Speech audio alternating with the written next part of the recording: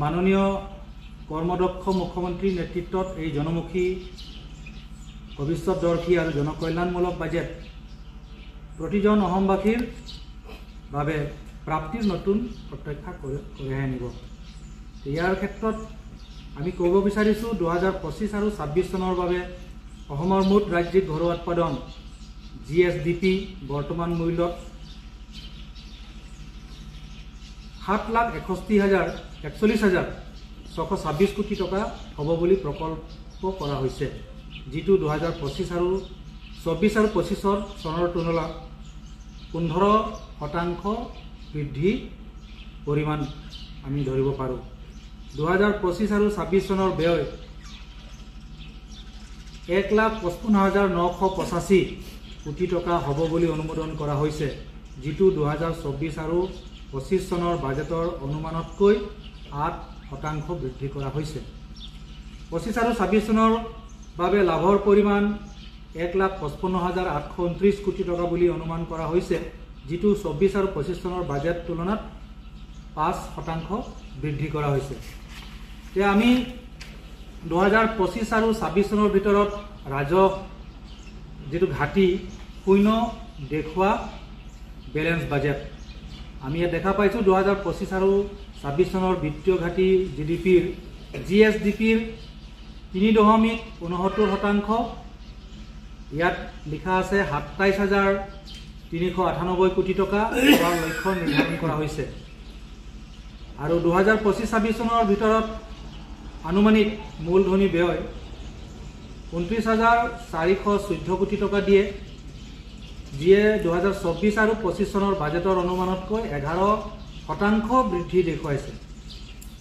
ব্যয়ৰ বাবে সৰ্বোচ্চ অগ্ৰাধিকাৰ দিয়া খণ্ডটোৱে হৈছে শিক্ষা, ক্ৰীড়া, কলা আৰু সংস্কৃতি, আৰু ইয়াৰ আবণ্টন 26,156 কোটি টকা। আৰু ইয়াৰ ক্ষেত্ৰত আমি 17টা যেটো বহনক্ষম উন্নয়নৰ লক্ষ্যৰ ভিতৰত উদ্যোগ, সম্ভাৱনা আৰু অন্তঃগাঁথনিৰ বাবে সৰ্বাধিক আবণ্টন দিয়া হৈছে। আৰু এইখিনিত আমি দেখা পাইছো যেহেতু অসম চৰকাৰৰ অৰুণোদয় 2.0 পিছতে আমি এতিয়া দেখা পাইছো অৰুণোদয় 3.0, যেটো ইতিমধ্যে আমি পশ্চিম কাৰ্বি আংলং জিলাৰ বহু মহিলাই এই আঁচনিৰ জৰিয়তে লাভৱান্বিত হ'বলৈ সক্ষম হৈছে। ইতিমধ্যে মুখ্যমন্ত্ৰী মহিলা উদ্যমিতা অভিযান ইয়াৰ যোগেদি আমাৰ মহিলাসকলৰ বিভিন্ন আত্মসহায়ক গোটসকলে ইয়াৰ পৰা লাভৱান্বিত হৈছে, লাখপতি বাইদেউ হ'বলৈ সক্ষম হৈছে। এতিয়া মুখ্যমন্ত্ৰী ইয়াৰ পিছত মুখ্যমন্ত্ৰী নিযুত মইনা ইতিমধ্যে বহু ছাত্ৰীসকলে ইয়াৰ পৰা লাভৱান্বিত হৈছে। উচ্চ শিক্ষাৰ কাৰণে তেখেতসকলে পঢ়াৰ কাৰণে যি অসুবিধা, আজি মাননীয় মুখ্যমন্ত্ৰীৰ দূৰদৰ্শিতাৰ কাৰণে এই ছাত্ৰীসকলে আজি তেনেধৰণৰ আঁচনি পাই তেখেতসকলে উচ্চ শিক্ষা কৰিবলৈ সক্ষম হৈছে। আৰু ইতিমধ্যে অসমত বহু বিদ্যালয় প্ৰাদেশিকৰণ কৰাৰ যি কথা ঘোষণা কৰিছে, আমিও আশা প্ৰকাশ কৰিছোঁ পশ্চিম কাৰ্বি আংলং জিলাতো বহু স্কুল যেহেতু প্ৰাদেশিকৰণ কৰাৰ যেহেতু প্ৰয়োজন আছে, আমাৰ বিধায়ক আছে, তেখেতৰ জৰিয়তে নিশ্চিতভাৱে আমাৰ বহু সংখ্যক বিদ্যালয়সমূহ প্ৰাদেশিকৰণ হ'ব বুলি আমি আশা কৰিছোঁ। মুখ্যমন্ত্ৰীৰ আত্মনিৰ্ভৰ যোজনা যেটো অভিযান CMAA ইয়াৰ যোগেদি বহু নিবনুৱা যুৱকে আজি এককালীন প্ৰথম কিস্তিত 1 লাখ টকা পাবলৈ সক্ষম হৈছে। আৰু তেখেতসকলৰ ভৱিষ্যতে ইয়াৰ গোটেই ডিটেইলছবিলাক দিয়াৰ পিছত পুনৰ তেখেতসকলক তেনেধৰণৰ সুবিধা দিয়া হ'ব। আজি লক্ষ লক্ষ নিবনুৱা যুৱক যুৱতীয়ে আজি মুখ্যমন্ত্ৰীৰ যি ADR ডাইৰেক্ট ৰিক্ৰুটমেণ্ট যেটো জৰিয়তে আজি বহু নিবনুৱা যুৱক যুৱতীয়ে চাকৰি পাবলৈ সক্ষম হৈছে। আমি পশ্চিম কাৰ্বি আংলং জিলাতো আমাৰ বহু যুৱক যুৱতীয়ে এই চাকৰি পাবলৈ সক্ষম হৈছে। আমাৰ যি খাদ্য সুৰক্ষা নিশ্চিত কৰাৰ কাৰণে চৰকাৰে যি ব্যৱস্থা কৰিছে, বহু হিতাধিকাৰীসকলে ইতিমধ্যে যি চাউল পাই আছে, আৰু এইবাৰ যিহেতু চাউলৰ দালি আৰু চেনিৰ মূল্য বহু শতাংশ চৰকাৰে কমাই দিছে, আমাৰ বহু দৰিদ্ৰ সীমাৰেখাৰ তলত বসবাস কৰা লোকসকলে এই আঁচনিৰ লাভ পাবলৈ সক্ষম হ'ব। আমি কিতাপৰ বছৰ বুলিও ইয়াতে বাজেটত এটা উল্লেখ কৰা হৈছে। আমিও এইটো খুব ভাল পাইছোঁ, যিহেতু আমাৰ যুৱক যুৱতীসকলে আজি বিশৃংখল সমাজৰ লগত বহু জড়িত হোৱা আমি দেখা পাইছোঁ। কিতাপৰ এই মাধ্যমেৰে বহু যুৱক যুৱতীয়ে আজি এটা শৃংখলাবদ্ধ সমাজ গঠন কৰাৰ বাবে তেখেতসকলে শক্তি পাব। আৰু কিতাপৰ মাধ্যমেৰে ইতিমধ্যে বহু কবি সাহিত্যিকসকলে লিখা কিতাপৰ জৰিয়তে আমাৰ মানসিকবোৰ বিকাশ কৰি আমি সমাজ এটা সফল সুস্থ সবল এটা সমাজ গঠন কৰিবলৈ সক্ষম হ'ব বুলি আমি অনুভৱ কৰিব পাৰোঁ। ইয়াৰ পিছত বহু তেনেধৰণৰ আছে। আমি বিশেষকৈ বন মিত্ৰ অভিযান, আমি জল মিত্ৰটো আমি শুনিছোঁ। এইবাৰ বাজেটত বন মিত্ৰ অভিযানৰ কথা যিহেতু উল্লেখ কৰিছে, ইয়াৰ পৰা আমাৰ বহু বন ধ্বংস হৈছিল, যদিও এই বন মিত্ৰৰ যোগেদি আমি বহু বনবোৰ ধ্বংসৰ পৰা মুক্ত কৰাব পাৰিম। ইতিমধ্যে বহুত চোৱাই বনবোৰ ধ্বংস কৰি পেলোৱা আমি দেখা পাইছোঁ, যদিও এইবাৰ বন মিত্ৰৰ যোগেদি এইখিনিও আমি ৰোধ কৰিব পাৰিম বুলি আমি অনুভৱ কৰিছোঁ। আৰু অসমৰ যিটো 6 নং দফা ৰূপায়ণৰ কথা উল্লেখ কৰিছে, বিভিন্ন জাতি জনগোষ্ঠীৰ বিভিন্ন সমস্যা আমি বিভিন্ন সময়ত দেখা পাইছোঁ। এইবাৰ নিশ্চিতভাৱে এই বাজেটৰ জৰিয়তে এই দফাসমূহ বা এই সমস্যাসমূহ ৰূপায়ণ হ'ব বুলি আমি আশা প্ৰকাশ কৰিব পাৰোঁ। আৰু ইয়াতে এটা বৰ বিৰাট ডাঙৰ এটা ইম্পৰ্টেণ্ট, সেইটো হৈছে এটা প্ৰটন থেৰাপি চেণ্টাৰ। আজি আমাৰ অসমতেই নহয়, বিভিন্ন ভাৰতৰ বিভিন্ন স্থানত আজি আটাইতকৈ জটিল ৰোগ যেনেকুৱা কেঞ্চাৰ ৰোগত বহু লোকে মৃত্যুবৰণ কৰিবলগীয়া হয়, বিভিন্ন ধৰণৰ জটিল ৰোগত মৃত্যুবৰণ কৰিবলগীয়া হয়। কিন্তু আমি দেখা পাইছোঁ এই প্ৰটন থেৰাপি চেণ্টাৰৰ জৰিয়তে আমি বহু কেঞ্চাৰৰ ধৰণৰ বিভিন্ন ৰোগৰ পৰাও প্ৰতিৰোধ কৰাৰ উপৰিও বিভিন্ন জটিল ৰোগতো আমি তাত প্ৰতিৰোধ কৰাৰ কাৰণে চৰকাৰী যি ব্যৱস্থা লৈছে, আমি এইটো বহু সুখী হৈছোঁ বা আনন্দিত হৈছোঁ। আৰু বিশেষকৈ ইয়াত যিহেতু পশ্চিম কাৰ্বি আংলং আৰু ডিমা হাছাওত এটা স্বচ্ছ শক্তি আৰু পৰিৱেশ পৰ্যটন কেন্দ্ৰ হিচাপে পুনৰ কল্পনা কৰিছে। এই 3খন পাহাৰীয়া জিলাত যিহেতু তেনেধৰণৰ এই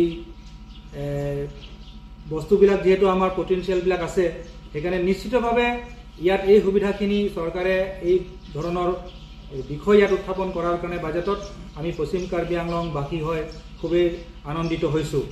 আৰু যিহেতু ইয়াত আমাৰ বহু যুৱক যুৱতীয়ে আজি ফিচাৰী ডিপাৰ্টমেণ্ট মাছৰ যিটো উৎপাদন কৰি নিজৰ ভৱিষ্যত তেখেতসকলে আত্মনিৰ্ভৰ হ'বলৈ সক্ষম হৈছে।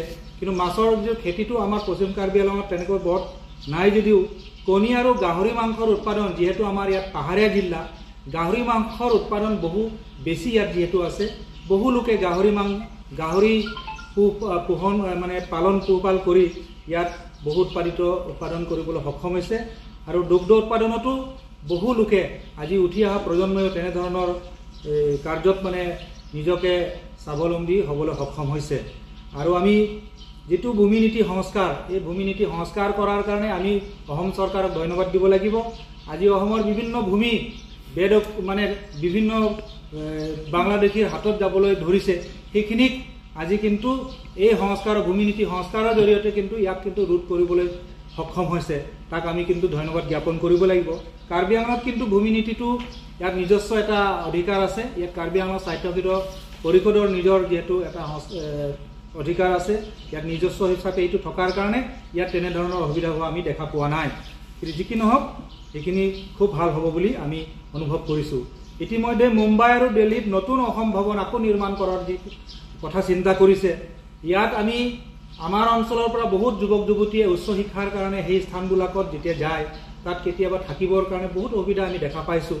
যিহেতু তাত আগৰ পৰা আছে যদিও পুনৰ নতুনকৈ তেনেধৰণৰ ভৱন নিৰ্মাণ কৰি আমাৰ পাহাৰীয়া অঞ্চলৰ লোকসকলৰ বহু উপকৃত হ'ব বুলি আমি আশা কৰিবলৈ পাৰিছোঁ।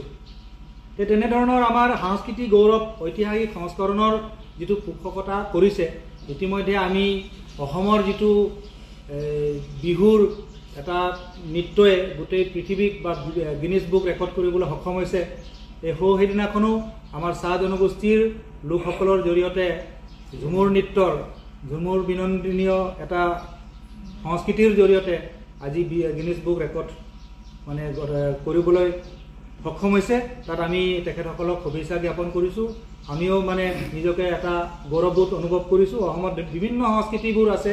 আমিও আশা কৰিছোঁ আমাৰ কাৰ্বি আংলং স্বায়ত্তশাসিত পৰিষদৰ জৰিয়তে আমাৰো কলা সংস্কৃতিবোৰ যাতে অসম আৰু বিভিন্ন ৰাজ্যৰ মাজত যাতে আমি লৈ যাব পাৰোঁ তাৰ কাৰণেও আমি আমাৰ বিধায়কৰ লগত আমি আলোচনা কৰিম বা আমাৰ কাৰ্বি আংলং সাহিত্য সাংস্কৃতিক পৰিষদৰ মুখ্য কাৰ্যবাহী সদস্য ডক্টৰ তুলিৰাম ৰংহঙৰ লগত আলোচনা কৰি তেনেধৰণৰ সংস্কৃতিক আমি আগুৱাই লৈ যাবলৈ আমি চেষ্টা কৰাৰ কাৰণে এই চিন্তা কৰিম।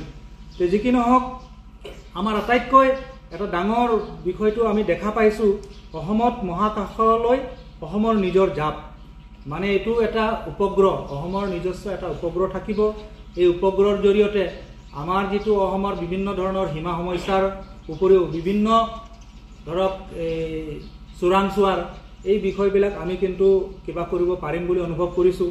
ইয়াত আমি গম পাইছোঁ যে এই মহাকাশৰ যিটো আমাৰ উপগ্ৰহটো আমাৰ ইছৰো মানে আমাৰ যিটো এই ভাৰতৰ যিটো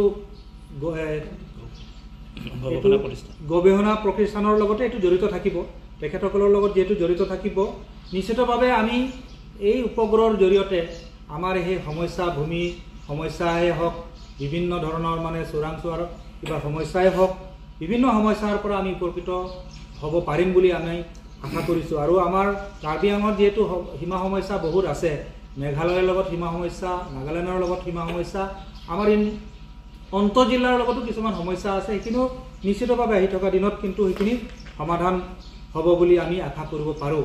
কিন্তু যিয়ে নহওক অসম চৰকাৰৰ 2025-26 বৰ্ষৰ এই বাজেটৰ জৰিয়তে নিশ্চিতভাৱে অসমৰ বহু লোকৰ মানে আমি লাভৱান্বিত হ'ব বুলি আমি আশা কৰিব পাৰোঁ। কাৰণ আগৰ চৰকাৰৰ দিনত যিহেতু এইবিলাক আমি দেখা পোৱা নাই 2002 চনত কংগ্ৰেছৰ শাসনত অসমৰ বিকাশৰ হাৰ আছিল 2%। আজি চাওক আজি বিজেপি চৰকাৰৰ এই শাসনৰ সময়ত এই হাৰ 12.5%লৈ বৃদ্ধি হৈছে তাৰমানে 10.5%লৈ বৃদ্ধি হৈছে। কিমান বৃদ্ধি হৈছে? সেয়েহে আজি আমি আশা কৰিছোঁ যে আহি থকা দিনত এই ভাৰতীয় জনতা পাৰ্টিৰ চৰকাৰখনৰ লগত ৰাইজ থাকিব আৰু নিশ্চিতভাৱে আহি থকা দিনতো আমাৰ চৰকাৰ গঠন হ'ব। তেনেধৰণৰ বহল জনমুখী জনকল্যাণমূলক আঁচনিবোৰ অসমৰ ৰাইজৰ মাজত লৈ যাবলৈ পাৰিব। 2015-16 চনত কংগ্ৰেছৰ শাসনত বাজেটৰ আকাৰ আছিল 64,142 কোটি টকা কিন্তু আজি দাখিল কৰা এই বাজেটত আমি দেখা পাইছোঁ 1,55,428 কোটি টকা তাৰ মানে দুগুণতকৈ অধিক বৃদ্ধি পাবলৈ সক্ষম হৈছে। এনেধৰণৰ আমি বিভিন্ন আগৰ চৰকাৰৰ তুলনাত যিহেতু বহু শতাংশ আমি যিহেতু এই চৰকাৰে বিভিন্ন জনকল্যাণমূলক আঁচনি বৃদ্ধি কৰিব পাৰিছে আমি দেখা পাইছোঁ আহি থকা দিনত এই চৰকাৰৰ জৰিয়তে আমি অসমৰ বিভিন্ন কোণাতেই আমি সেইখিনি আমাৰ জনসাধাৰণক উন্নতি সাধন কৰিবলৈ পাৰিব বুলি আমি আশা কৰিছোঁ। বিশেষকৈ আমি যেহেতু পশ্চিম কাৰ্বি আংলং জিলা আমাৰ পশ্চিম কাৰ্বি আংলং জিলাৰ বিভিন্ন সমস্যা থাকিব পাৰে ক্ৰমান্বয়ে সেই সমস্যাবিলাক এই চৰকাৰৰ জৰিয়তে সমাধান হৈ গৈ আছে আৰু আহি থকা 2025 আৰু 26ৰ এই বাজেটৰ জৰিয়তে নিশ্চিতভাৱে আমাৰ 100% নহ'লেও বহু শতাংশ এই সমস্যাবিলাক সমাধান হ'ব বুলি আমি আশা কৰিব পাৰোঁ।